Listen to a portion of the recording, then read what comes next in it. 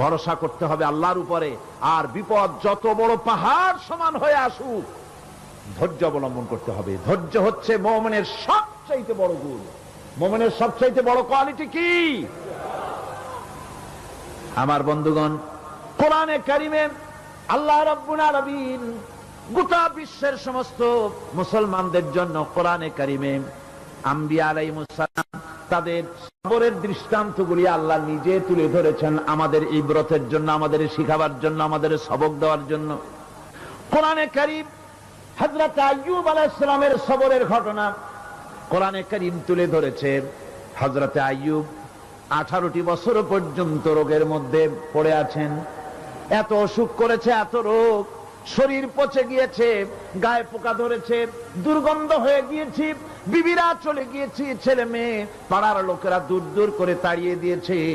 এবার জঙ্গলের ভিতরে গিয়ে আশ্রয় নিয়েছেন।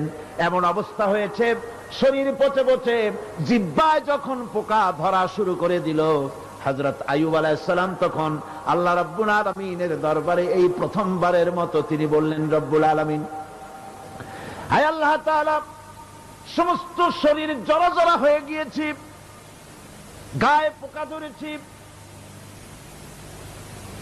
আমি কোনো কথা বলি নাই, আমি খামোশ থেকে জিকির আজগার করতেছিলাম। আয় আল্লাহ, এখন দেখি আমার জিহ্বায় পোকা ধরেছে, পোকা ধরা শুরু হয়েছে। আমার জিহ্বাটায় পোকা তুমি দয়া করে দিও না, কারণ আমার জিহ্বায় যদি পোকা হয়ে যায় তাহলে তোমার মতো আল্লাহর জিকির আমি কি দিয়া করব? আমার জিহ্বাটা তুমি দয়া করে ভালো রাখো। কোরআনে কারীম বলছি, ওয়া আইয়ুবা ইয নাদা রাব্বাহু আন্নী মাসসানিয়াদ দুররু ওয়া আনতা আরহামুর রাহিমিন। স্মরণ করো সেই সময়ের কথা যখন আইয়ুব তার রবকে ডেকে বলেছিল, আমি অসুস্থ আর তুমি তো রহমান রহিম, দয়াময়। ভাষাটা দেখেন কি সুন্দর। এর থেকে কি আল্লাহর আর কিছু বলা লাগে? আল্লাহ পাকের কাছে তিনি বলতেছেন, আল্লাহ আমি তো অসুস্থ, আমি তো অসুখ করেছে আমার, আর তুমি তো দয়াময় রহমান রহিম। এক অন্ধ, ঈদের দিন কত অন্ধই তো আসে খয়রাত করার জন্য, ভিক্ষা করার জন্য, চতুর্দিকে ভিক্ষা করতেছে অন্ধরা। এক অন্ধ ঈদের গেটের কাছে দাঁড়ায় বলতেছে, ভাইরা আজ হচ্ছে ঈদের দিন আর আমি কিছু দেখতে পাচ্ছি না। এ বেশি পয়সা পাইল, মানুষের দিন তার প্রতি আকৃষ্ট হয়ে গেছে। আরে কি কথা, আজ ঈদের দিন, সকলে আনন্দ করছে আর আমি কিছুই দেখতে পাচ্ছি না। সে কিন্তু কিছু চায় নাই। ভাষার ভিতরে, কথা বলার ভিতরে এ ধরনের টেকনিক আছে। হযরত আইয়ুব আলাইহিস সালাম বললেন না যে আল্লাহ আমারে মাফ করে দাও, কষ্টের মধ্যে আছি। তিনি শুধু বলেছেন, রব্বুল আলামিন, আমি অসুস্থ হয়ে পড়েছি, আমার অসুখ করেছে, আর তোমার নাম রহমান রহিম। এতটুকু কথা বলেছেন। আল্লাহ রাব্বুল আলামিনের দরজায়, তার দরবারে আইয়ুব আলাইহিস সালামের ডাক চলে গেছে। যায় নাই? কোন অসুবিধা আছে নাকি? কোন অসুবিধা নাই। পানির তলা দিয়া যদি কেউ ডাক দেয়, পাহাড়ের ভিতরে বসে যদি কেউ ডাক দেয়, আল্লাহ রাব্বুল আলামিন তা শুনতে পান। ইউনূস আলাইহিস সালাম মাছের পেটে বসে চিৎকার মেরেছিলেন, লা ইলাহা ইল্লা আনতা সুবহানাকা ইন্নী কুনতু মিনাজ জালিমিন। তিনি বলছিলেন, আয় আল্লাহ তাআলা, আমি তোমার প্রশংসা করছি, তুমি ছাড়া উপাস্য নাই, মাবুদ নাই। আমি তোমার পবিত্রতা ঘোষণা করছি, আমি তো জালিমদের অন্তর্ভুক্ত হয়ে গেছি। বাস এতটুকুন কথাই বলেছেন। আল্লাহ পাক বলছেন, ইউনূসের ডাক তো কেউ শোনে নাই, পানির মধ্যে কেউ শোনে নাই, জমিনের কেউ শোনে নাই, মহাশূন্যের কেউ শোনে নাই, কিন্তু মাছের পেটের ভেতরে থেকে, গভীর অতল দরিয়ার তলদেশ থেকে মাছের পেটের ভিতরে বসে আমার ইউনূস যে ডাক দিল, ওই ডাক আমি আরশের মালিক আমি শুনতে পেয়েছি, আর সঙ্গে সঙ্গে জবাব দিয়েছি। ফাস্তাজাবনা লাহু ওয়া নাজ্জাইনাহু মিনাল গাম্মি ওয়া কাযালিকা নুজিল মুমিনিন। ডাকের সাড়া দিলাম, বিপদ দিয়া বাঁচায় দিলাম। শুধু ইউনূসের না, আল্লাহ পাক এ জায়গায় আবার ওয়াদা করলেন, দুনিয়ার যত মুমিন বান্দা আছে তারা যদি কখনো বিপদে পড়ে যায় আর আমারে যদি ডাকে, আমি এই রকম করে বিপদ থেকে বাঁচায়া দেব। আইয়ুব আলাইহিস সালাম যখন আল্লাহ রাব্বুল আলামিনের কাছে ফরিয়াদ করলেন, আল্লাহ পাক তখন বলছেন, কোরআনে কারীম বলছে, ফাস্তাজাবনা লাহু ফাকাশাফনা মা বিহি মিন দুররিন ওয়া আতাইনাহু আহলাহু ওয়া মিসলাহুম মাআহুম রাহমাতাম মিন ইনদিনা ওয়া যিকরা লিল আবিদিন। আমি আইয়ুবের দোয়া কবুল করে নিলাম, শুধু তার পরিবার বর্গই দিলাম না, বরং আরো কিছু নিয়ামত আমি তাকে দান করে দিলাম। এবং তাই জন্য যেহেতু তারা ছিল আমার অনুগত বান্দা, আমার বাধ্যগত, আমি এই জন্য রহম করেছি, সমস্ত রোগ শোক আমি মাফ করে দিয়েছি। আমাদের সামান্য একটু জ্বর হয়, যদি 2-3 দিন জ্বর হয়েছে, জ্বর ছাড়ে না, বলে যে এত ভালো ভালো কাজ করি তারপর আমার এত জ্বর হওয়া লাগে, অমুকরা এত পাপ করে, তা তো কিছুই হয়নি, খালি আল্লাহ আমার চোখে দেখলো, আমার বউর অসুখ, আমার অসুমুড়ি ছাড়ি না। ভাইরা, আপনি ঠিক পান না যে কি গুনাহ আপনি করেন। কোরআনে কারীম বলছি, ওয়ামা আসাবাকুম মিন মুসিবাতিন ফাবিমা কাসাবাত আইদিকুম ওয়া ইয়াফু আন কাসীর। যত বিপদ তোমাদের উপর আছে সব দুই হাতের কামাই করা, আর আমি তো অনেকগুলো ক্ষমা করে দেই।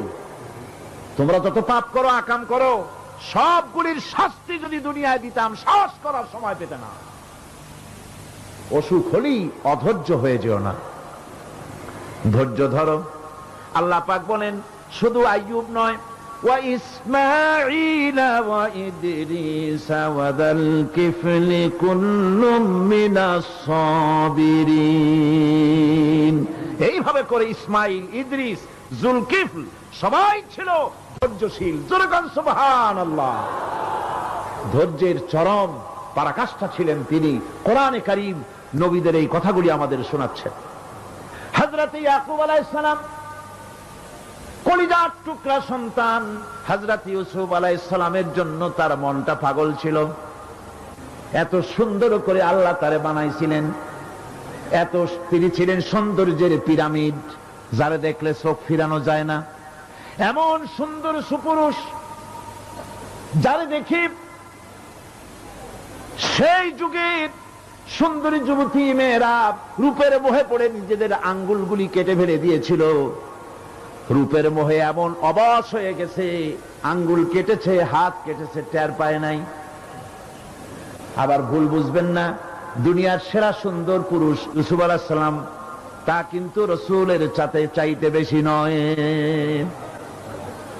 হযরত উম্মুল মুমিনিন আয়েশা রাদিয়াল্লাহু তাআলা আনহা তিনি বলেছেন, যেই সব সুন্দরী রমণীরা ইউসুফ আলাইহিস সালামকে দেখে রূপের মোহে পড়ে নিজেদের আঙ্গুলগুলো কেটে ফেলেছিল, ওরা যদি আমার হাবিবকে দেখতো, ওরা যদি আল্লাহ রাসূলকে দেখতো, তাহলে হাত কাটতে কাটতে কোন ফাঁকে যে কলিজা কেটে ফেলে দিত, ওরা টের পেত না। আমার বন্ধুগণ, হযরত আইয়ুব আলাইহিস সালাম সন্তানের মায়া, অন্যান্য ভাইরা হিংসায় পড়ে গেল, তারা নিয়ে তাকে কুয়ায় ফেলে দিল। সেখান থেকে তারা একটা ছাগল বা কোনো পশু জবাহ করে তার রক্ত মাখাইয়া জামায়ানে হাজির করে দিল। হযরত ইয়াকুব আলাইহিস সালামের সামনে যে তারে নিয়ে খেলা করতে গিয়েছিলাম, আমরা খেলায় লিপ্ত ছিলাম, বাগে খাইয়া ফেলাইছে। এগুলি কি গপ্প? এগুলি কি কোরআন?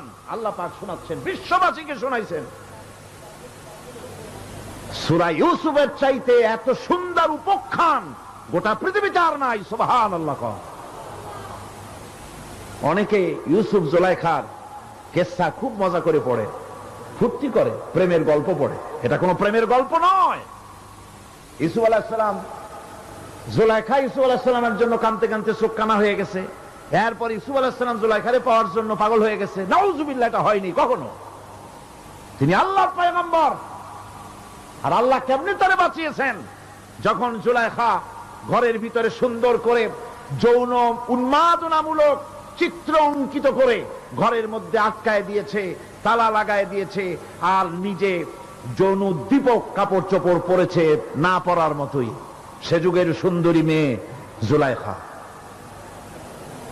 তার কুপ্রবৃত্তিকে চরিতার্থ করার জন্য আহ্বান করা হয়েছে। হযরত ইউসুফ আলাইহিস সালাম লক্ষ্য করে দেখলেন এমন জায়গা, এখান থেকে পালাবার তো পথ নাই, দরজা বন্ধ করে দিয়েছে। তিনি শুধু তখন কেবলমাত্র আল্লাহ রব্বুল আলামিনকে ভয় করলেন। আল্লাহকে ভয় করে আল্লাহর নাম নিয়ে যখন তালাবদ্ধ দরজার দিকে দৌড় দিয়েছেন, আল্লাহ রব্বুল আলামিন আপন কুদরতে তালাগুলি খুলে দরজা তার জন্য উন্মুক্ত করে দিলেন। ইউসুফ আলাইহিস সালামকে ফালাই দিয়ে এভাবে করে কাপড় এনে দিল তার সামনে।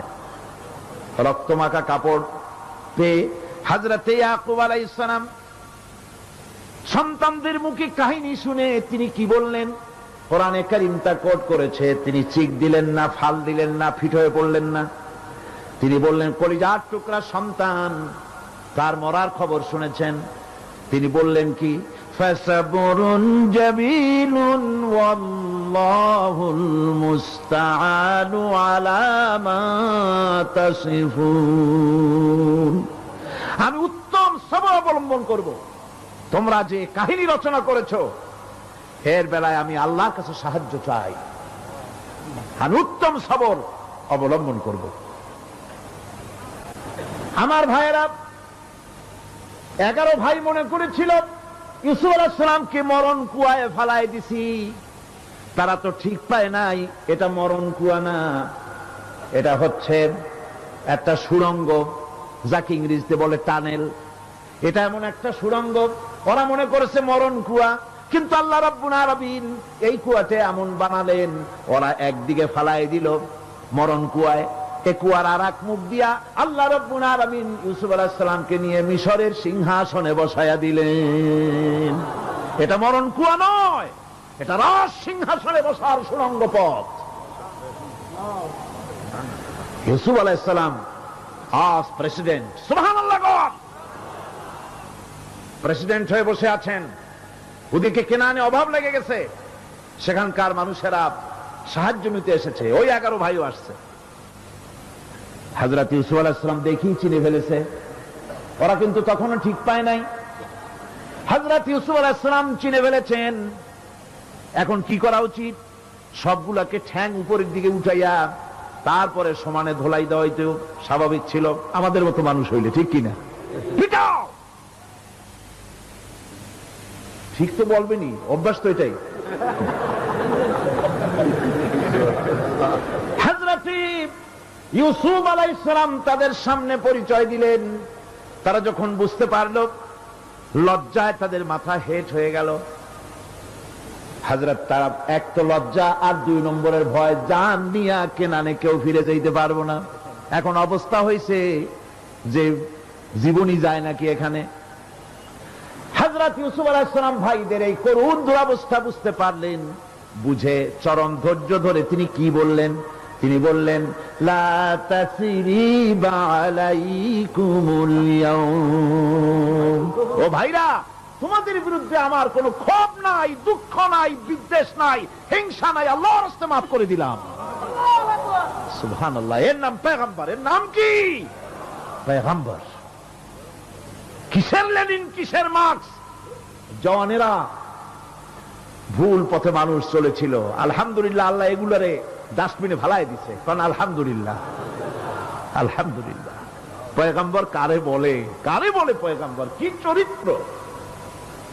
রাসূল করিম সাল্লাল্লাহু আলাইহি ওয়াসাল্লাম, তাকে একজন সাহাবী বলছিলেন, হুজুর বলছেন এই কামটা করলা না কেন? সাহাবী বললেন, হুজুর আপনি যদি চোখের ইশারায় বলতেন মুখ দিয়ে না কইয়া, তাও তো আমি কামটা করে ফেলতাম, আমি তো বুঝি নাই। হুজুর বললেন, চোখের ঠারে ঠারে কাজ করা নবুয়তের শান নয়। আল ওয়াদুহু ওয়াস সারাহা, নবীরা যা করেন তা ডাইরেক্ট, কোনো বক্রতা নাই, স্পষ্ট কথা। আমার ভাইরা, হযরত ইউসুফ আলাইহিস সালাম বিনিয়ামিনকে কাছে নিয়ে পরিচয় দিলেন তার ভাইদের সামনে। কোরআনে কারীম বলছে, ক্বালা আনা ইউসুফ ওয়া হাদা আখি قد من الله علينا إنه من يتقي ويصبر فإن الله لا يضيع أجر المحسنين। আমি ইউসুফ আর এই হচ্ছে আমার ভাই। আল্লাহ আমাদের উপর ইহসান করেছেন। প্রকৃতপক্ষে যারা আল্লাহকে ভয় করে এবং সবর এখতিয়ার করে, আল্লাহ এভাবে তাদেরকে তাদের আমলকে নিষ্ফল হতে দেন না। আমার এই জামাটা নিয়ে যাও।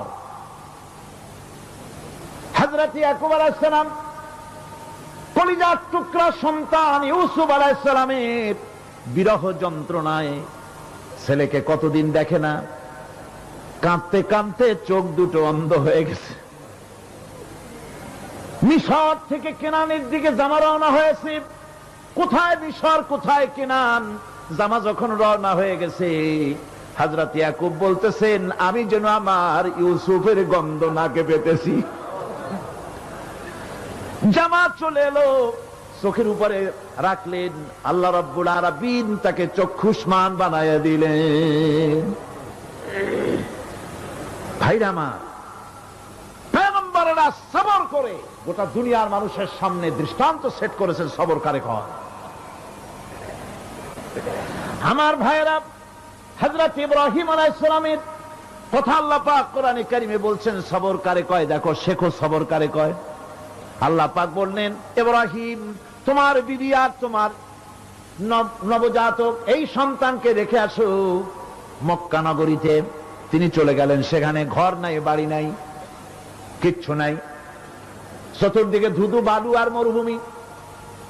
হযরতে হাজরা বলছেন, ইব্রাহিম, সামান্য পানি আর খাবার দিয়া আমার সন্তান শুদ্ধ এখানে রেখে যেতেছো, আমি কি অপরাধ করেছি? কোনো জবাব নাই। দুইবার তিনবার বলার পরে হাজরা বলছেন, ইব্রাহিম গো, তবে কি আমার আল্লাহর হুকুম মতো আমারে রেখে যাচ্ছ নাকি? হযরত ইব্রাহিম আকাশের দিকে আঙ্গুল উঁচু করলেন। কথা বলবেন, বাক শক্তি বেরোচ্ছে না। 80 বছর বয়সের সময় একটা বাচ্চা আল্লাহ তারে দিচ্ছেন।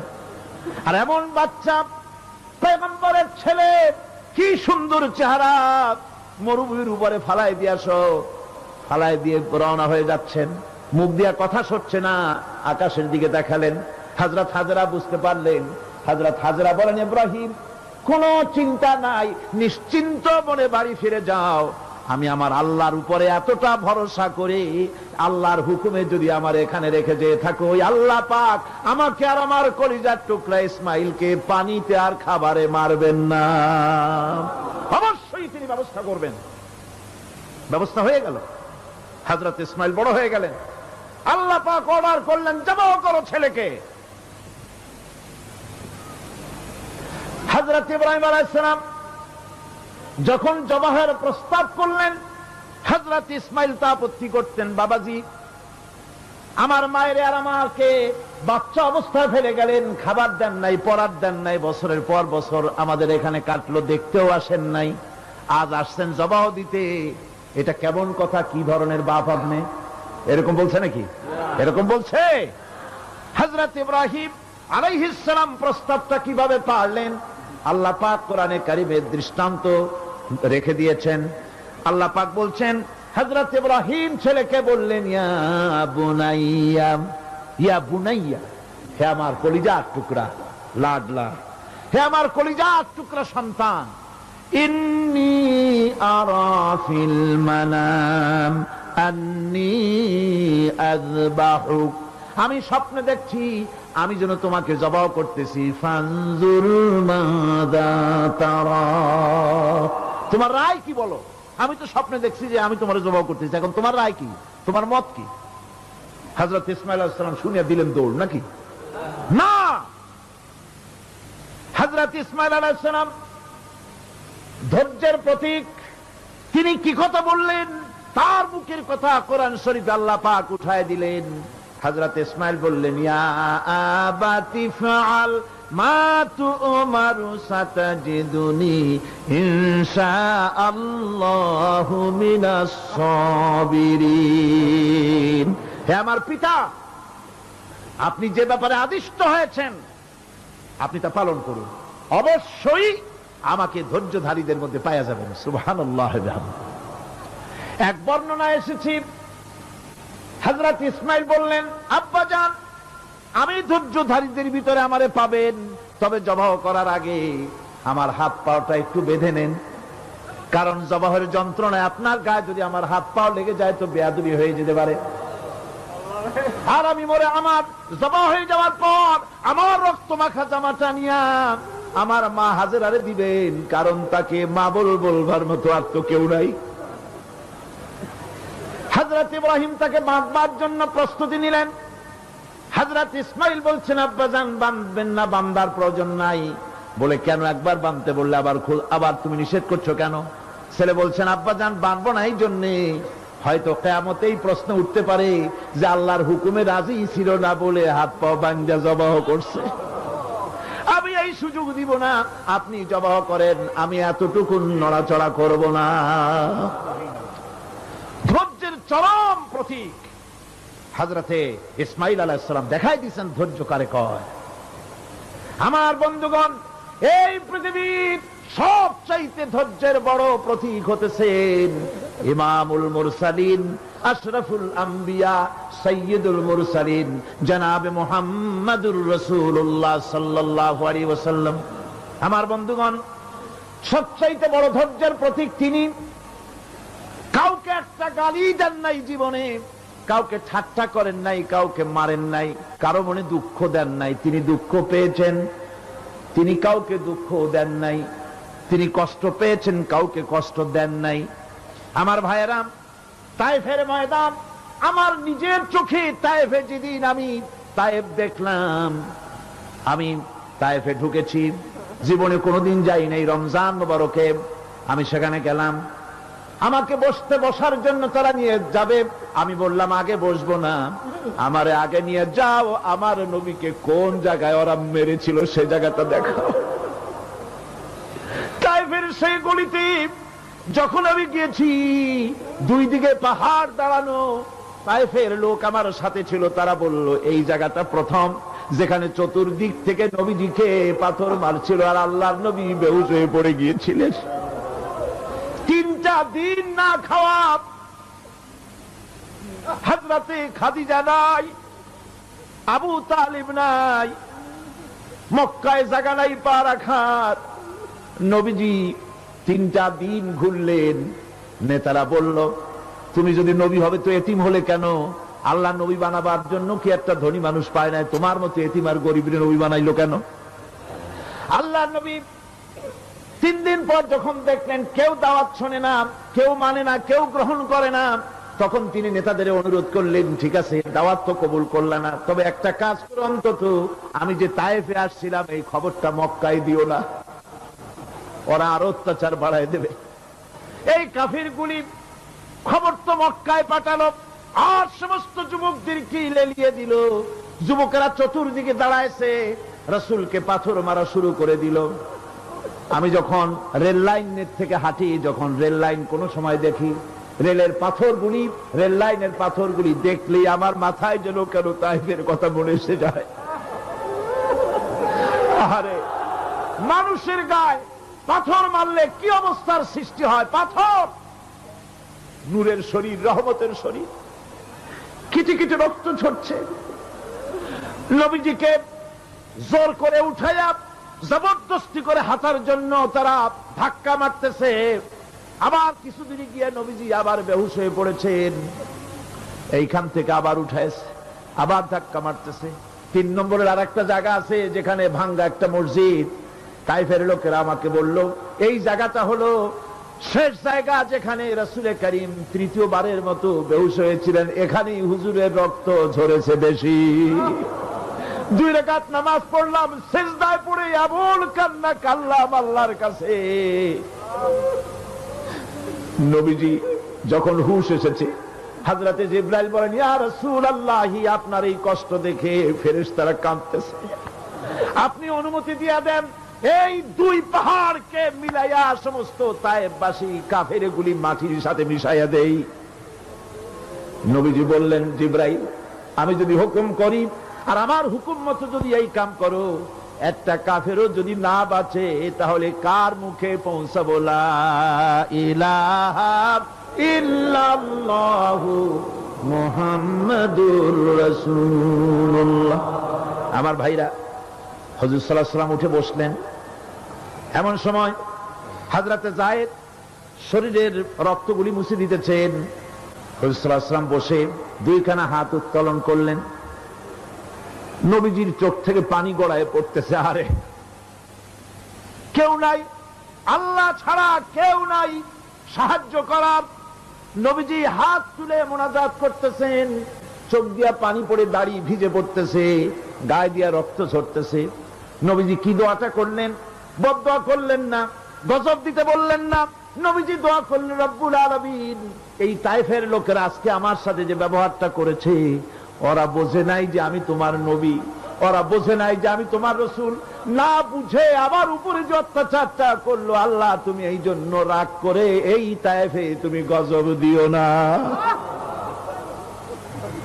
আল্লাহ পাক পরবর্তী সময় হুজুরকে স্মরণ করায় দিলেন, ওয়ামা আরসালনাকা ইল্লা রাহমাতাল লিল আলামিন। ও নবী, আপনি হচ্ছেন আমার সমস্ত সৃষ্টি জগতের জন্য আপনি আমার রহমত, আমার গোটা বিশ্বের জন্য আপনার, আমার সৃষ্টি জগতের জন্য আপনি আমার করুণা।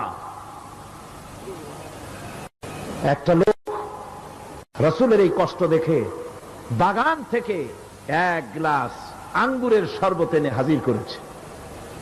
এত কষ্টের পর 3 দিনের না খাওয়া আঙ্গুরের একটা শরবত পাইয়া হুজুর খুব খুশি হলেন।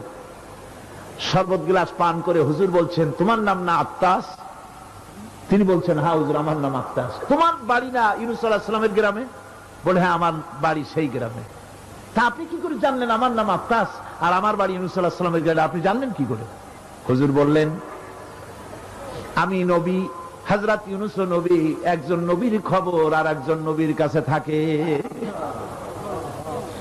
রাসূল করিম সাল্লাল্লাহু আলাইহি ওয়াসাল্লাম সবর ইখতিয়ার করেছিলেন, ধৈর্য অবলম্বন করেছিলেন, আর আল্লাহ পাক তাকে নির্দেশ করেছেন, সবর করো।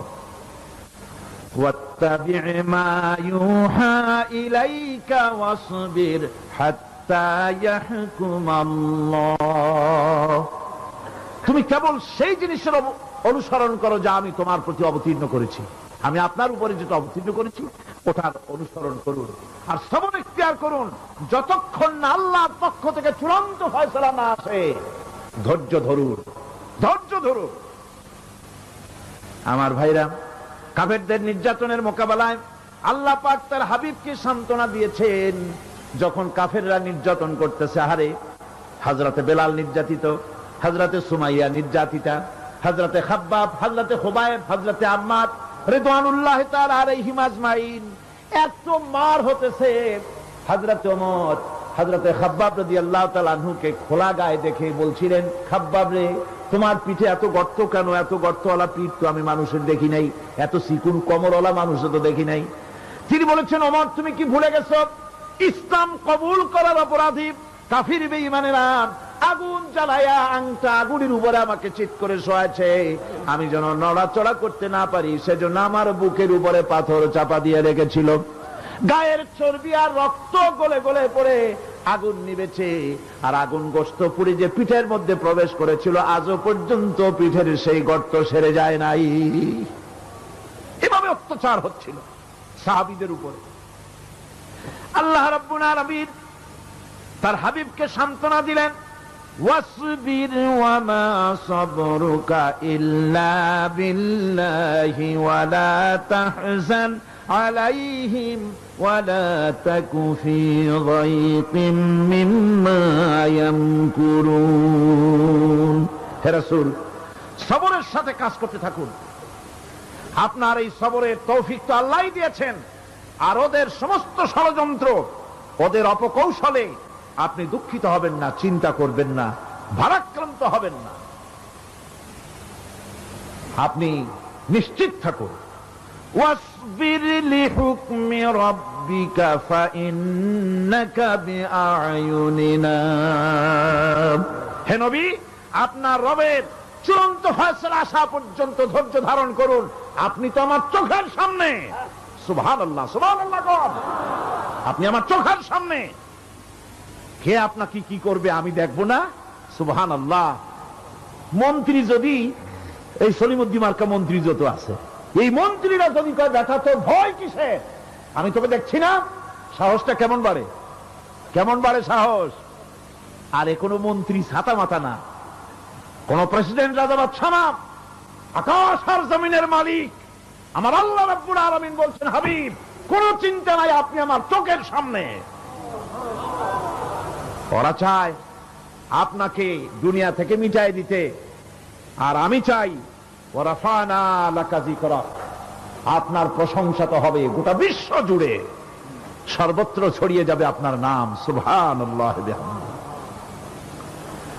আল্লাহ পাক অন্যত্র বলেছেন, ওয়ালাকাদ কুযযিবাত রুসুলুম মিন ক্বাবলিকা ফাসাবারু আলা মা কুযযিবু ওয়া উযু হাত্তা আতাহুম নাসরুনা। হে মুহাম্মদ সাল্লাল্লাহু আলাইহি ওয়াসাল্লাম, আপনার পূর্বে অসংখ্য নবী রাসূল এই পৃথিবীতে আসছে এবং জুলুম আর নির্যাতনের শিকার তারা হয়েছেন। অবশেষে তাদের প্রতি আল্লাহর সাহায্য এসেছে। সুতরাং আপনাকেও ধৈর্য ধারণ করতে হবে। ধৈর্য ছাড়া কোনো পথ নাই। ধৈর্য আপনাকে ধারণ করতেই হবে। আর এই ধৈর্য ধারণ করলে পরে আল্লাহর চূড়ান্ত ফয়সালা আসবে, তখন আল্লাহ পাক মেহেরবানি করবেন। আমার ভাইরা, এই ধৈর্য পৃথিবীর সমস্ত পয়গম্বররা ধৈর্য অবলম্বন করেছেন, কখনো অধৈর্য হন নাই। দিন কায়েমের সংগ্রামে নবী রাসূলগণ দারুণ ভাবে সবর ইখতিয়ার করেছেন। বৃদ্ধবাদীদের সকল রকমের নির্যাতন, অপকৌশল, ষড়যন্ত্র, এই সব কিছু মোকাবেলা করেছেন ধৈর্যের নীতি অবলম্বন করি। কখনো ধৈর্যচ্যুতি তাদের মধ্যে ঘটেনি, বরং আল্লাহ রাব্বুল আলামিন তাদের প্রতি সন্তুষ্ট হয়েছেন। যারা এই ধৈর্য ধরেছে তাদের উপরে সন্তুষ্ট হয়ে আল্লাহ রাব্বুল আলামিন বলেছেন, ওয়া কাআইয়্যিম মিন নাবিয়্যিন ক্বাতালা মাআহু রিব্বিয়ুনা কাসীর। এর আগে অনেক নবী এসেছিলেন যাদের সাথে বহু আল্লাহওয়ালা লোক লড়াই করেছেন। ফামা ওয়াহানু লিমা আসাবাহুম ফি সাবিলিল্লাহি ওয়ামা যাফু ওয়ামা ইসতাকানু। আল্লাহর পথে তাদের উপর যত বিপদ এসেছিল তারা হতাশ হয়ে পড়েন নাই, দুর্বলতা দেখাননি, বাতিলের সামনে মাথাও নত করেন। ওয়াল্লাহু ইউহিব্বুস সাবিরিন। আর আল্লাহ পাক ধৈর্যশীল যারা, তাদেরকে আল্লাহ পাক ভালোবাসেন। আমার ভাইরা,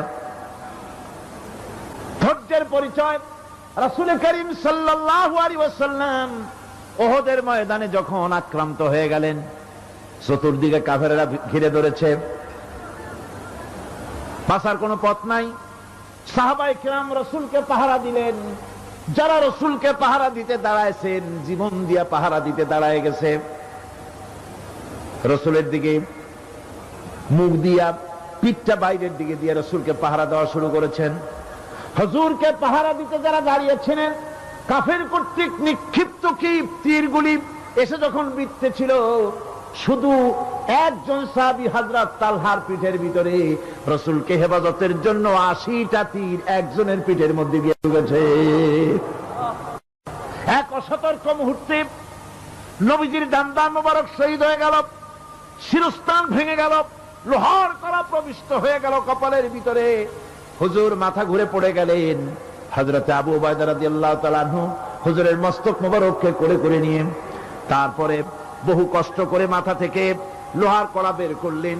এবার ওই কড়ার ছিদ্র দিয়ে রক্ত আসতেছে, মুখ দিয়ে রক্ত পড়তেছে, দাড়ি ভিজে যাচ্ছে। বুখারী শরীফে এসেছে, আল্লাহর নবী দুইখানা হাত নিজের চেহারার উপরে মলে আনে, টাটকা রক্ত চোখের সামনে দেখে বলছেন, আহারে এই কওমের ফালাক কি করে হবে, এই কওমের মুক্তি কি করে হবে, এই কওমের নাজাত কি করে হবে, যে কওম তার নবীর চেহারা রক্ত দিয়ে লাল বানাইয়া দিল। নবীজি বললেন, আল্লাহুম্মা গফিরলি কওমি ফাইন্নাহুম লা ইয়ালামুন, আয় আল্লাহ পাক, আমার এই কওম বুঝতে পারে না, ওদেরকে মাফ করে দাও। খবর ছড়িয়ে গেল নবীজি শহীদ হয়ে গিয়েছেন। খবর ছড়িয়ে গেল চতুর্দিকে, মদিনায় খবর ছড়িয়ে গেল। মানুষ পাগলের মতো দৌড়ানো শুরু করে দিল। এক মেয়ে লোক দৌড়াচ্ছে ওহদের দিকে। কয়েকজন সাহাবীর সঙ্গে দেখা, তারা জিজ্ঞেস করলেন, দৌড়াও কেন মহিলা, যাও কই?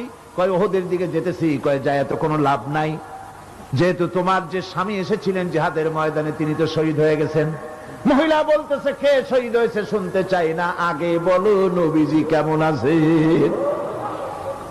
আবার কিছুক্ষণ পর আর কয়েকজনের সঙ্গে দেখা, তারা বলছে, মেয়ে লোক দৌড়াও কই? যাচ্ছি ওহদের দিকে। তারা বলছেন যে কোনো লাভ নাই, তোমার যে দুইটা কলিজার টুকরা সন্তান ওহদে এসেছিল দুটোই শহীদ হয়ে গেছে।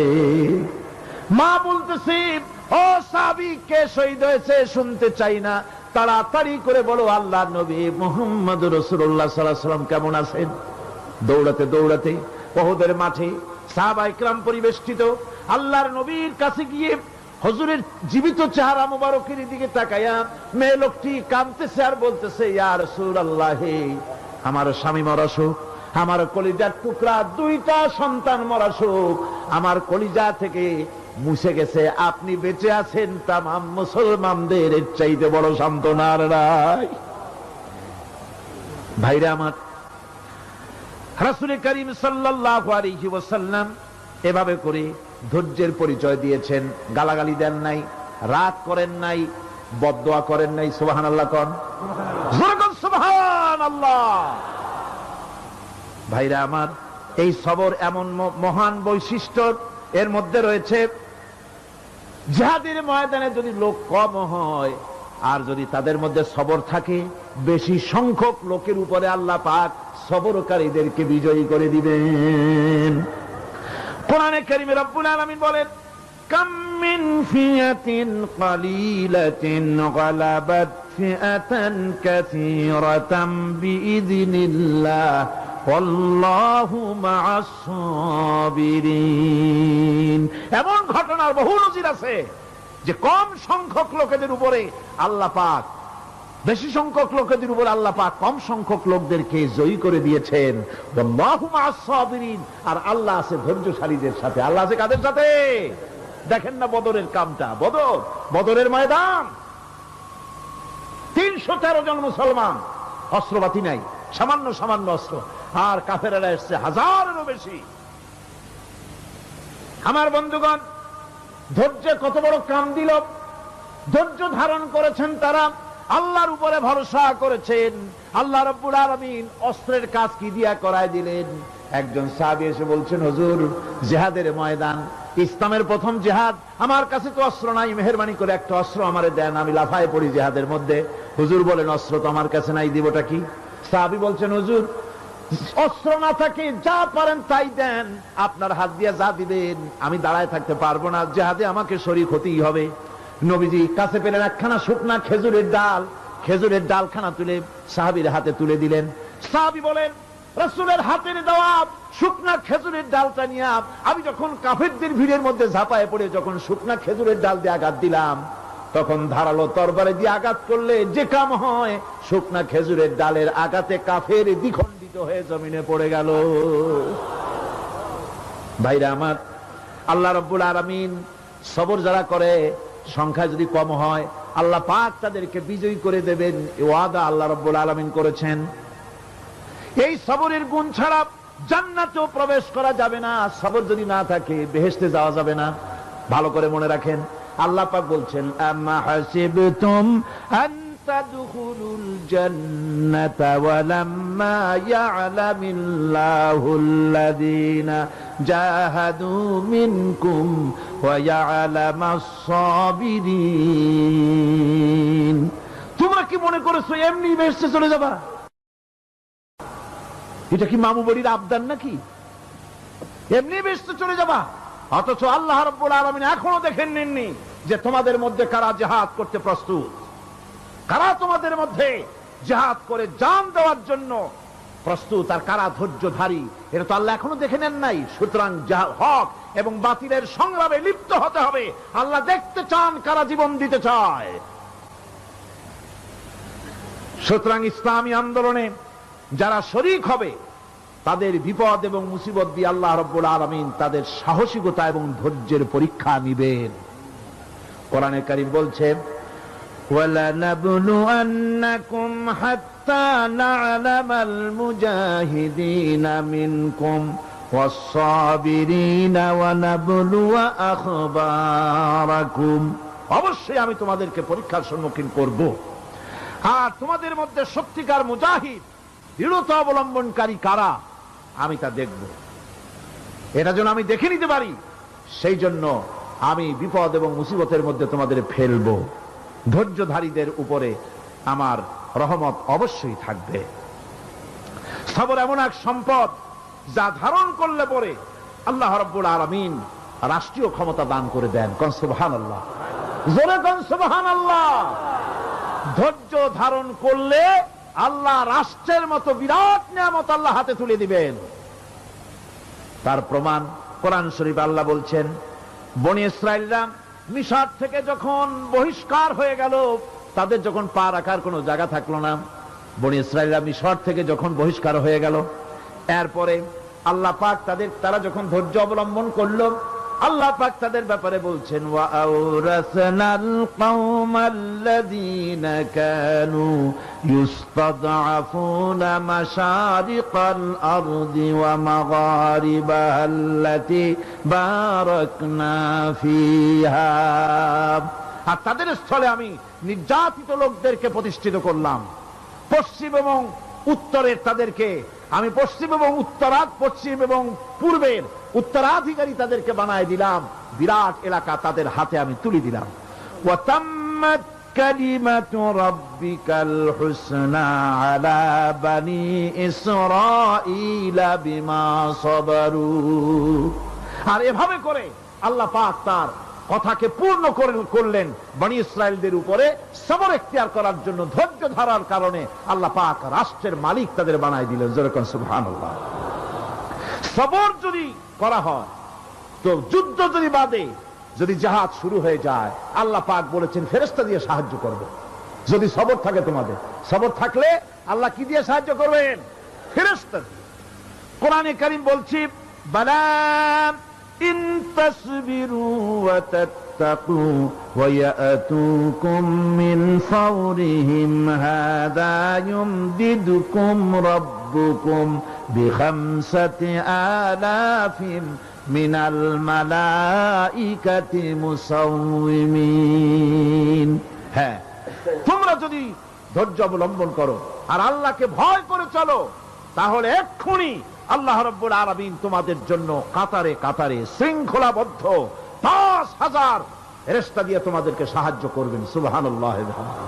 তোমাদেরকে ফেরেশতা দিয়ে সাহায্য করা হবে। তোমরা যদি সবর এখতিয়ার করো, তাহলে সংখ্যা যদি কম হও, বেশি সংখ্যার উপরে জয়ী করে দেব। ইয়াকুম মিনকুম 20 সাবিরুনা ইয়াগলিবু মিয়াতাইন। যদি তোমাদের ভিতরে ধৈর্যশীল 20 জন হয়, আমি 200 কাফেরের বিরুদ্ধে তোমাদেরকে জয়ী করে দেব। সুবহানাল্লাহ। তোমরা যদি হও ধৈর্যশীল 20 জন, 200 কাফেরের উপরে তোমরা জয়যুক্ত হয়ে যাবে। আর বিপদ আর মুসিবতে যারা ধৈর্য ধরে, তাদের জন্য আল্লাহর পক্ষ থেকে সুসংবাদ। সুসংবাদ কাদের জন্য? ধৈর্যধারীদের জন্য। কোরআনে কারীম বলছে, ওয়াবাশশিরিস সাবিরিনাল্লাযীনা ইযা আসাবাতহুম মুসিবাতুন ক্বালু ইন্না লিল্লাহি ওয়া ইন্না ইলাইহি রাজিউন। সুসংবাদ সেই সব ধৈর্যশালীদের জন্য যারা নাকি বিপদ এবং মুসিবতে আসলে যারা বলে, কি বলে? পড়েন আমার সাথে, ইন্না লিল্লাহি ওয়া ইন্না ইলাইহি রাজিউন। এটা শুধু আমাদের লোকেরা কেউ মরলে পড়ে, এটা শুধু মরার সময় নয়, বরং যে কোনো বিপদ আর মুসিবত এলে মোমেন বান্দা যারা তারা কি পড়বে? ইন্না লিল্লাহি ওয়া ইন্না ইলাইহি রাজিউন। নিশ্চয়ই নিশ্চয়ই আমরা আল্লাহর জন্য এবং আমাদের সকলকেই আল্লাহর কাছে ফিরে যেতে হবে, প্রত্যাবর্তিত হতে হবে। সবরকারীদের জন্য রয়েছে জান্নাতের সুউচ্চ সম্মানের জায়গা। জান্নাতীদের জান্নাতে সবচেয়ে সম্মানজনক জায়গা আল্লাহ রাব্বুল আলামিন ধৈর্যশালীদেরকে দান করবেন। কোরআনে কারীম বলছে, উলাইকা ইউজসাউনাল গুরফাতা বিমা সাবারু ওয়া ইউলাক্কাউনা ফিহা তাহিয়াতাও ওয়া সালামা। এরা হলো সেই সব লোক যাদেরকে প্রদান করা হবে বেহেশতের সুউচ্চ মঞ্জিল, কারণ তারা সবর ইখতিয়ার করেছিল, তারা সবর করছিল, এই জন্য বেহেশতের সবচাইতে ভালো জায়গা তাদের দেওয়া হবে। কোন আলহামদুলিল্লাহ, জোরে কোন আলহামদুলিল্লাহ। এবং জান্নাতে সবরকারীদেরকে সম্বর্ধনা দেওয়া হবে, সম্বর্ধনা দেওয়া হবে। খালিদিনা ফিহা হাসুনাত মুস্তাকাররাও ওয়া মুকামা। চিরদিন তারা জান্নাতের ভেতরে বসবাস করবে এবং কতই না সুন্দর, কতই না উত্তম জায়গা সবরকারীদের জন্য আল্লাহ বেহেশতের মধ্যে রেখে যাবেন। জান্নাতে প্রবেশ করার সাথে সাথে চতুর্দিক থেকে ফেরেশতারা ছুটে আসবে সবরকারীদের জন্য। ওয়াল মালাইকাতু ইয়াদখুলুনা আলাইহিম মিন কুল্লি বাব। চতুর্দিক থেকে ফেরেশতারা তাদেরকে ইস্তেকবাল করবে, কি বলবে? সালামুন আলাইকুম বিমা সাবারতুম ফানি'মা উকবাদ-দার। তোমাদের প্রতি শান্তি বর্ষিত হোক, কারণ তোমরা পৃথিবীতে সবর অবলম্বন করেছিল। কতই না উত্তম জায়গা, কতই না সুন্দর জায়গা আল্লাহ রাব্বুল আলামিন সবরের বিনিময় তোমাদেরকে দান করেছেন। সুতরাং এই সবর হচ্ছে মুসলমানদের জন্য সবচেয়ে বড় নিয়ামত। আজ আমার তো মনে হয় পৃথিবীতে মুসলমানরাই সবচেয়ে বেসবর। ট্রেনে যাবে, বসা নিয়ে বেসবর, টিকিট নিয়ে বেসবর, বাসের মধ্যে বেসবর, বাজারে যাবে বেসবর, স্কুলে যাবে বেসবর, যেখানে যান সব জায়গায় আমরা বেশি অধৈর্য, ঠিক কিনা কর? সামান্য সামান্য জিনিস নিয়ে ঝগড়া করা, মারামারি করা, এই হচ্ছে আমাদের ট্র্যাডিশন। ধৈর্য অবলম্বন করতে হবে জীবনের সকল ক্ষেত্রে, এই ধৈর্য আমাদেরকে রক্ষা করতে হবে। এই ধরনের ধৈর্য যদি আমরা অবলম্বন করতে পারি, তাহলে আল্লাহ পাক বলছেন, উলাইকাল্লাযীনা সাদাকু ওয়া উলাইকা হুমুল মুত্তাকুন। এরাই হলো ঈমানের দাবিতে সত্যবাদী। কোন আলহামদুলিল্লাহ। কারা কারা? না না, শুধু সবরকারী না, এই যে 10টা পয়েন্ট বলা হলো, কয়টা পয়েন্ট বলা হয়েছে? 10টি পয়েন্ট। সেই 10টি পয়েন্ট যারা পালন করবে এরা হলো ঈমানের দাবিতে সত্যবাদী, আর এরাই হচ্ছে প্রকৃতপক্ষের মুত্তাকি। আমরা মুত্তাকি বুঝি দাঁতে ছাতা, দাড়ি টাড়ি আশ্রয় না, জাব্বা জুব্বা গায়ে দিয়ে কোনো জায়গায় পড়ে থাকে, এটা বড় মুত্তাকি, খুব পরহেজগার। সালার চট্টর যদি পড়ে তাহলে তো আরো বড় পরহেজগার। জি, আর যদি কাপড় চোপড় মোটেও না থাকে তাহলে তো খাজা বাবা হয়ে গেল। নাউযুবিল্লাহ মিন যালিক। আর আল্লাহ বলছে মুত্তাকি কারে কয় শোনো, এরে কয় মুত্তাকি যাদের মধ্যে এই 10টা গুণ আছে। এই 10টি সত্য যদি সম্পাদন করতে পারি, যদি আমল করতে পারি, জীবন ধন্য হয়ে যাবে। সেই 10টি কথা আমি আবার আপনাদের স্মরণ পটে তুলে দিতে চাই, প্যাকেট করে পকেটে উঠাই দিতে চাই, যেন বাড়ি নিয়ে যেতে পারেন। 1 নম্বর হচ্ছে 10টি পয়েন্টের 1 নম্বর আল্লাহর প্রতি ঈমান। 1 নম্বরে আল্লাহর প্রতি ঈমান, 2 নম্বরে পরকালের প্রতি ঈমান, 3 নম্বরে ফেরেশতাদের উপর ঈমান, 4র্থ নম্বরে কিতাবের প্রতি ঈমান, 5ম নম্বরে নবীদের প্রতি ঈমান, 6ষ্ঠ নম্বরে সহায় সম্বলহীন নিকটবর্তী আত্মীয়, ইয়েতিম, মিসকিন, প্রবাসী, মুসাফির, সাহায্য প্রার্থী, এদেরকে মুক্ত করার জন্য এদেরকে সাহায্য প্রদান করা, 7 নম্বরে নামাজ প্রতিষ্ঠা করা, 8 নম্বরে যাকাত আদায় করা, 9 নম্বরে ওয়াদা পালন করা, 10 নম্বরে সবর এখতিয়ার করা। কয়টা হইল? এই 10টি কাজ যদি আমরা পালন করতে পারি, বিপদে মুসিবতে ধৈর্য ধারণ করতে পারি, যত মুসিবত আসুক, আসলে এগুলি কিছু না। মুসিবত আল্লাহ টেস্ট করবেন, মুসিবত দিয়া আল্লাহ টেস্ট করেন। দেখা যায় যে ওদের শক্তি খুব বেশি, চোখে আপনি দেখতে পারেন, কিন্তু আল্লাহ বলছেন ইন্না কায়দাশ শায়তানে কানা দাঈফা। বাতিলরা হলো শয়তান, বাতিলরা কি? আর ওদের চক্রান্ত আসলেই দুর্বল। এদের চক্রান্ত আসলে কি? দুর্বল। কাজেই এগুলিকে ভয় করা যাবে না। বিপদে মুসিবতে ধৈর্য ধারণ করে যদি অগ্রসর হওয়া যায়, তো আল্লাহ রাব্বুল আলামিন এই 10টি পয়েন্ট যদি আমল করা যায়, দুনিয়াও শান্তি পাবো, আখিরাতেও শান্তি পাবো। যত মুসিবত আসুক, বিপদ আসুক, ধৈর্যের সাথে মোকাবেলা করতে হবে। ধৈর্যের অর্থ কি? আমি আগেই বলেছি, ধৈর্যের অর্থ হচ্ছে অবিচলতা, দৃঢ়তা, বরদাস্ত করা, সহিষ্ণুতা, ধীরতা, স্থিরতা। ধৈর্যের অর্থ এটা নয় একজন একটা থাপ্পড় মারলো আর আপনি বলবেন যে বাবা ব্যথা পাইছো নাকি, তাহলে আরো একখান থাপ্পড় দিয়া দাঁত আমার সবগুলো ভালাই দেয়। এর নাম ধৈর্য নয়। ধৈর্য হচ্ছে পরিস্থিতির মোকাবেলা করতে হবে সাহসিকতার সাথে, এর নাম হচ্ছে ধৈর্য। ওই যে আমি একটা দৃষ্টান্ত দিয়ে থাকি, এক সাপ একবার মুরিদ হয়েছিল এক পীর সাহেবের কাছে। পীর বলছিলেন যে না, আমি তো এই সব সাপ টাপ মুরিদ বানাই না। কয় না হুজুর, আমারে বানান। তারপরে মুরিদ বানায় কিছু অজিফাতারে শিখাই দিল আর বলল খবরদার কাউকে দংশন করবে না। ঠিক আছে, সে যায়া জিগারাজগার শুরু করে দিয়েছে। এর মধ্যে জমিনে রাখাল আসছে, ধান কাটছে, ধানগুলো নিবি কি করে, দড়ি দাড়ি পাচ্ছে না। তো কি করা যায়, বানবে কি দিয়া? সন্ধ্যার পরে অন্ধকারে দেখে যে দড়ি একটা পড়ে আছে। ও যে কি দড়ি তা তো ওরা বুঝে নেই। ওইটারে নিয়ে ধানরে ফেসাইয়া লেজ দিয়ার মাথা দিয়ে এরকম করে বাসেটারে দিয়ে বাঁধছে। সাপ তখন বলতেছে হায় হায় রে, কেবল যে মুরিদ হইছি, তা না হলে তুই ঠিক পাইতি যে আমি কি ধরনের দড়ি। এরপরে নিয়ে বাড়ি নিয়ে ভালাই দিয়েছে, ওটারে খুলে সাপটার ঘাড় গেছে মস্কিয়া। বহুত কষ্ট করে হুজুরের বাড়ি গিয়ে হাজির, কয় যে হুজুর কি একখান জিকির শিখাইলেন, আমার তো ঘাটটার মুসকে শেষ। আশ্চর্য কথা, কত মানুষ মুরিদ হইলো, কত কিছু মুরিদ হইলো, কারো তো জিকির করলে ঘাড় মস্কে যাবে কেন, এটা কেমন কথা? কয় হুজুর ঘটনাই। আরে বেটা ঘটনা এইটা, তুই কি করছিলি? কয় যে আপনি যে নিষেধ করছেন দংশন করতে, আমি তো দংশন করতে পারিনি। আরে বেটা, দংশন করতে নিষেধ করছিলাম, ফোঁস করতে তো নিষেধ করি নাই। তোরে যখন দড়ি মনে করে হাত দিছিল, ফোঁস করে উঠতি, ওই রাখা লাভ দিয়া বন আর পার হইয়া দিল্লি চলে যেত। কাজী ধৈর্যের মানে শীত হয়ে পড়া না। ধৈর্য মানে অবিচলতা, দৃঢ়তা নিয়ে শক্তি সঞ্চয় করে আল্লাহর উপরে ভরসা করে বাতিলের বিরুদ্ধে ঝাঁপায় পড়তে হবে, বাতিল উৎখাত হতে বাধ্য হবে।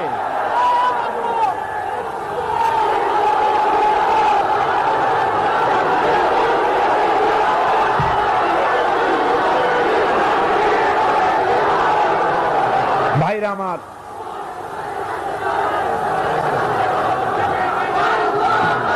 সুতরাং আলহামদুলিল্লাহ আমরা কোরআনে কারিমের এই আয়াতে কারিমাত আমরা যদ্দূর পারলাম আলোচনা করেছি। আল্লাহ পাক যেন এতে বরকত দেন। জোরে কোন আমিন, আরো জোরে কোন আমিন। মোনাজাতের জন্য বসেন, এক্ষুনি মোনাজাতের জন্য দাঁড়ানো ভাইরা সব বসে পড়েন। আল্লাহুম্মা আমিন।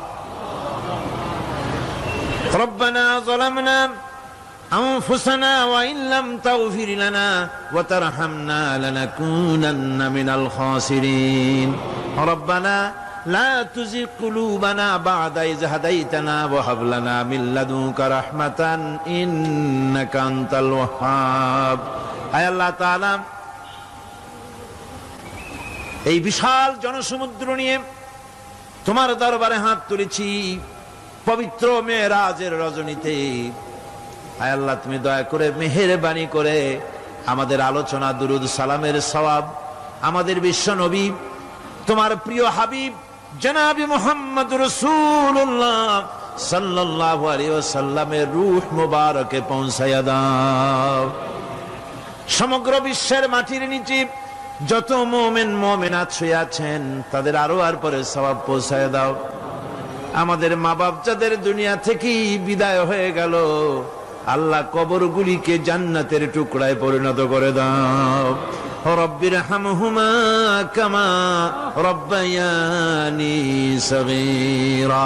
পড়েন সবাই, রব্বিরহামহুমা কামা রাব্বায়ানি সগীরা।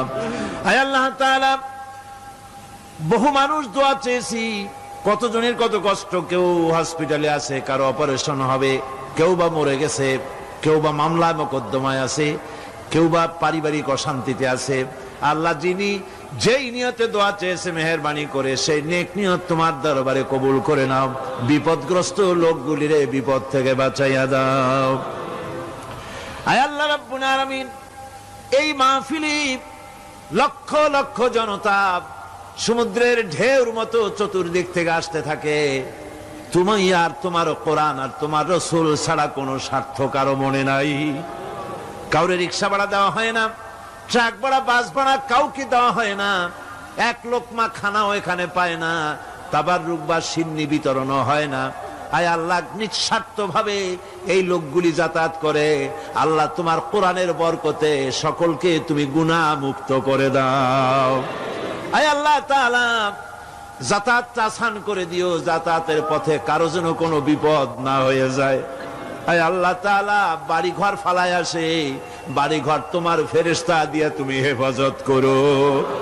রব্বুল আলামিন, মা বোনেরাও কষ্ট করে আসে, আল্লাহ তুমি দয়া করে এ মাহফিলে যারা শরীক হয়, এ মাহফিলে, কোরআনের মাহফিলে শরীক হওয়ার কারণে তোমার কাছে একটা দাবি করি। দাবিটা হলো, মেহেরবানি করে সব মানুষকে তোমার কাবা ঘর দেখাও।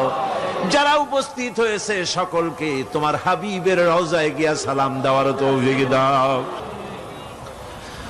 রব্বানা তাকাব্বাল মিন্না ইন্নাকা আনতাস সামিউল আলিম ওয়া তুব আলাইনা ইন্নাকা আনতাত তাওয়াবুর রহিম। সুবহান রাব্বিকা রাব্বিল ইজ্জাতি আম্মা ইয়াসিফুন ওয়া সালামুন আলাল মুরসালিন আলহামদুলিল্লাহি রাব্বিল আলামিন। ওয়াজআল আখিরা কালিমাতিনা ইনদাল মাউত লা ইলাহা ইল্লাল্লাহু মুহাম্মাদুর রাসূলুল্লাহ। আসসালামু আলাইকুম ওয়া রাহমাতুল্লাহ। অনাটনে, বিপদে, মুসিবতে আর হক আর বাতিলের সংঘর্ষ চলাকালীন ধৈর্য ধারণ করা, এটা হলো সবচাইতে একটা বড় কোয়ালিটি। কোরআনে কারিমে সবর শব্দটি সবচাইতে বেশি ব্যবহার করা হয়েছে। সর্বাধিক ব্যবহৃত শব্দ কোনটি? সবর। সবর আরবি একটি মৌলিক শব্দ, এমন একটি মৌলিক শব্দ যার তাৎপর্য অন্য কোন ভাষা দিয়া সবরটা বললে যেমন বোঝানো যায়, অন্য কোন ভাষা দিয়া এটার অর্থ করে এটার হক আদায় করা সম্ভব না। আর এই সবর কোরআনে কারিমে বিভিন্ন জায়গায় বিভিন্ন অর্থে ব্যবহার হয়েছে। যেমন সবর শব্দের অর্থ হচ্ছে অবিচলতা, বাংলায় যা বোঝানো যায়। সবর শব্দের অর্থ হচ্ছে অবিচলতা, দৃঢ়তা, সহিষ্ণুতা, মন মেজাজের সমতা, ধীরতা, স্থিরতা, কষ্ট সহিষ্ণুতা, বরদাস্ত করা। এগুলি এই সবরের এই শব্দ, এই অর্থগুলি কোরআনে কারিমের বিভিন্ন জায়গায় বিভিন্ন রকম এটাকে ব্যবহার করা হয়েছে। সবর একটি মৌলিক মানবীয় গুণ। এই গুণ যার মধ্যে আছে সে তার নৈতিকতার শীর্ষে পৌঁছে যেতে পারে। আর এই গুণটি যার মধ্যে অভাব, এই সবর যার ভিতরে নাই, সে মানুষের পর্যায়ে পড়ে না। যত অসুবিধা, যত কষ্ট, যত রকমের বিপদ মুসিবত, যত রকমের অসুবিধার সৃষ্টি হয়, তার মূলীভূত কারণ হচ্ছে ধৈর্যের অভাব, সবরের অভাব। দুনিয়ার সমস্ত নবী রাসূলগণ সবর অবলম্বন করেছেন। তারা ছিলেন সবরের মূর্ত প্রতীক। সবর কাকে বলে দুনিয়াবাসীকে তারা তা দেখিয়ে দিয়েছে। নিজ নিজ কওমের কাছ থেকে যখন কওমের কাছে নবীরা দাওয়াত দিয়েছেন, ইসলামের দ্বীনের দাওয়াত দিয়েছেন, তখনই সমাজপতিরা, রাষ্ট্রশক্তি তাদের উপরে, নবীদের উপরে ভেঙে পড়েছে, অত্যাচার করেছে। আল্লাহর পয়গম্বরেরা এই সমস্ত অত্যাচারের মোকাবেলায় চরম ধৈর্যের পরিচয় দিয়েছেন। কোরআনে কারিমে উল্লেখ করা হয়েছে অত্যাচারের মোকাবেলায় আম্বিয়ায়ে কেরাম যা বলেছেন সেটা হলো এই, ওয়ামা লানা আল্লা নাতাওয়াক্কালা আলাল্লাহি ওয়া ক্বাদ হাদানা সুবুলানা। আল্লাহ পাক বলেন, পয়গম্বররা বলেছেন আমরা আল্লাহর উপরে ভরসা করব না, তো কার উপরে ভরসা করব? তিনিই তো আমাদেরকে সঠিক পথ দেখিয়েছেন, সঠিক রাস্তা আমাদের দেখিয়েছেন, সুতরাং তার উপরেই তো আমরা ভরসা করব। وَلَنَصْبِرَنَّ عَلَى مَا آذَيْتُمُونَا وَعَلَى اللَّهِ فَلْيَتَوَكَّلِ الْمُتَوَكِّلُونَ।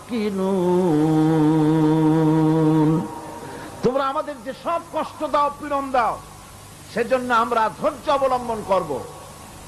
তোমরা আমাদেরকে কষ্ট দিচ্ছ, আমরা ধৈর্য অবলম্বন করব, আর ভরসা করব কেবলমাত্র তার উপরে যে আল্লাহ রাব্বুল আলামিন আমাদেরকে নবী করে পাঠিয়েছেন। সেই ভরসা করতে হলে সেই আল্লাহর উপরেই তো ভরসা করা উচিত।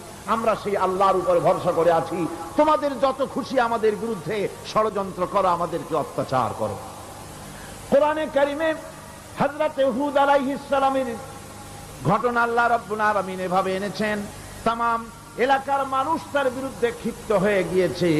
সমাজের লোক, রাষ্ট্রশক্তি হযরত হুদ আলাইহিস সালামের উপর অত্যাচারের পাহাড় ভেঙে দিয়েছে। হযরত হুদ আলাইহিস সালাম একা মানুষ, সমাজের রাষ্ট্রশক্তির এই দুর্বিসন্ধির ষড়যন্ত্রের চ্যালেঞ্জ তিনি গ্রহণ করলেন। আর তিনি বললেন, তিনি যেটা বললেন আল্লাহ পাক কোরআনে তা কোট করে দিলেন।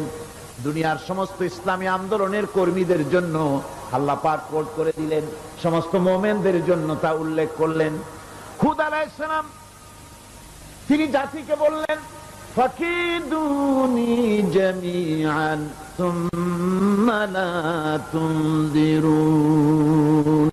তোমাদের যত ক্ষমতা আছে সমস্ত ক্ষমতা নিয়ে আমার বিরুদ্ধে তোমরা ষড়যন্ত্র করো, আর আমাকে এতটুকু অবকাশ দিও না। আমি সেই আল্লাহ রাব্বুল আলামিনের উপরে ভরসা করেছি, যার কুদরতি হাতের ভিতরে আমার জান, আর গোটা পৃথিবীর সমস্ত প্রাণীর জান যার কুদরতি হাতের মধ্যে। যার হাতের ভিতরে গোটা পৃথিবীর সমস্ত জান, সে আল্লাহর উপরে ভরসা করেছি। যা খুশি তোমরা আমার বিরুদ্ধে করতে পারো। সুবহানাল্লাহ ওয়া বিহামদিহি। এটার নাম হলো ঈমান, এটার নাম সবর, এটার নাম ধৈর্য। এই ধৈর্য আসে ঈমানে কামেল হলে পরে এবং আল্লাহর উপরে পরিপূর্ণ বিশ্বাস হলে পরে। যদি কারো দিলের মধ্যে কথা বিশ্বাস থাকে যে আমার জন্য আল্লাহর পক্ষ থেকে যদি কোনো বুলেট নির্ধারণ করা থাকে, গোটা বিশ্ব যদি আমাকে পাহারা লাগায়, ওই বুলেট থেকে আমাকে বাঁচাইতে পারবে না। আর আমার জন্য যদি একটা বুলেট আল্লাহ কর্তৃক নির্ধারিত থাকে, তাহলে গোটা পৃথিবীর মানুষ চেষ্টা করেও সেই বুলেট থেকে আমাকে রক্ষা করতে পারবে না। এটার নাম হচ্ছে ঈমান। এই ঈমান যখন মানুষের মধ্যে সৃষ্টি হয়ে যায়, তখন সে বিপ্লবী শক্তিতে পরিণত হয়ে যায়। তার কাছে ভয় বলে কোনো জিনিস থাকে না, যেহেতু সে তো ভরসা করেছে এমন শক্তির কাছে যার চাইতে প্রচন্ড ক্ষমতা, আকাশেও কারো নাই, জমিনেও। তিনি কে? জোরে চিল্লায় বলেন, তিনি কে? আমার বন্ধুগণ, রাসূল কারীম সাল্লাল্লাহু আলাইহি ওয়াসাল্লাম হিজরতের রাতে সূর পাহাড়ের গাড়ে সওরের কাছে যখন চলে গেছেন, ফজরের রক্ত হয়ে হয়ে আসতেছে। হযরতে আবু বকর রাদিয়াল্লাহু তাআলা আনহু বলছেন, হে আল্লাহর রাসূল, এখন আর অগ্রসর হওয়া ঠিক হবে না, বেলা উঠে গেলে ধরা পড়ে যাব। এখানে গুহা আছে, ভিতরে প্রবেশ করি। হযরতে আবু বকর রাসূলের সম্মতি পেয়ে হযরত আবু বকর রাদিয়াল্লাহু তাআলা আনহু বলছেন, ইয়া রাসূলুল্লাহ, পাহাড়িয়া গুহা, সাপ বিচ্ছু থাকতে পারে, আমাকে অনুমতি দেন, আমি আগে ভিতরে ঢুকে সাফ করে আপনাকে ডাকি। ভিতরটা সাফ করে তিনি ডাকলেন। রাসূল কারীম ভিতরে ঢুকে বলছেন, আবু বকর, পাহাড় বেয়ে বেয়ে বড্ড কষ্ট হয়েছে, একটু বসো, তোমার উরুর উপরে মাথা রেখে আমি একটু ঘুমাইয়া যাই। আল্লাহর নবী আরাম ফরমাচ্ছিলেন। সকালবেলায় কাফির বেঈমানরা যখন আস্তে আস্তে করে গুহা মুখে পৌঁছে গেছে, পায়ের চিহ্ন এখানে শেষ, তাদের নিশ্চিত ধারণা এর ভিতরে নবীজি আছেন। বলছে, বেরিয়ে আসো। একজন বলে নাই, আর একজন বলে আছে। এভাবে তাদের মধ্যে দ্বিমত হয়ে গেল। হযরত আবু বকর বলছেন, ইয়া রাসূলুল্লাহ, আমরা তো ধরা পড়ে গেছি, আমাদের তো আর উপায় নাই। এ গুহাটা এতই অগভীর, শুয়ে যদি হাঁটু উঁচু করা যায় উপর থেকে দেখা যায়, বসতে পরে মাথা দেখা যায়, ধরা তো পড়ে গেছি, উপায় নাই। আল্লাহর নবী তখন তার হাবিব, তার বন্ধুকে কি বললেন? বিশ্ববাসীর জন্য আল্লাহ পাক কোরআনে তা উঠায় দিলেন। নবীজি তার বন্ধুকে ডেকে বললেন, লা তাহজান ইন্নাল্লাহা মা'ানা। ও আমার সাথী, কোনো চিন্তা করো না, ভয় পেও না, শঙ্কিত হয়েও না। আমরা মাইনরিটি নই, আমরাই মেজরিটি, কারণ আল্লাহ রাব্বুল আলামিন আমাদের সাথে আছেন। সুবহানাল্লাহ। এই চিন্তা, এই ধারণা যদি মানুষের মনের মধ্যে থাকে, তাহলে কখনোই তার মন দুর্বল হবে না, ঈমান দুর্বল হবে না।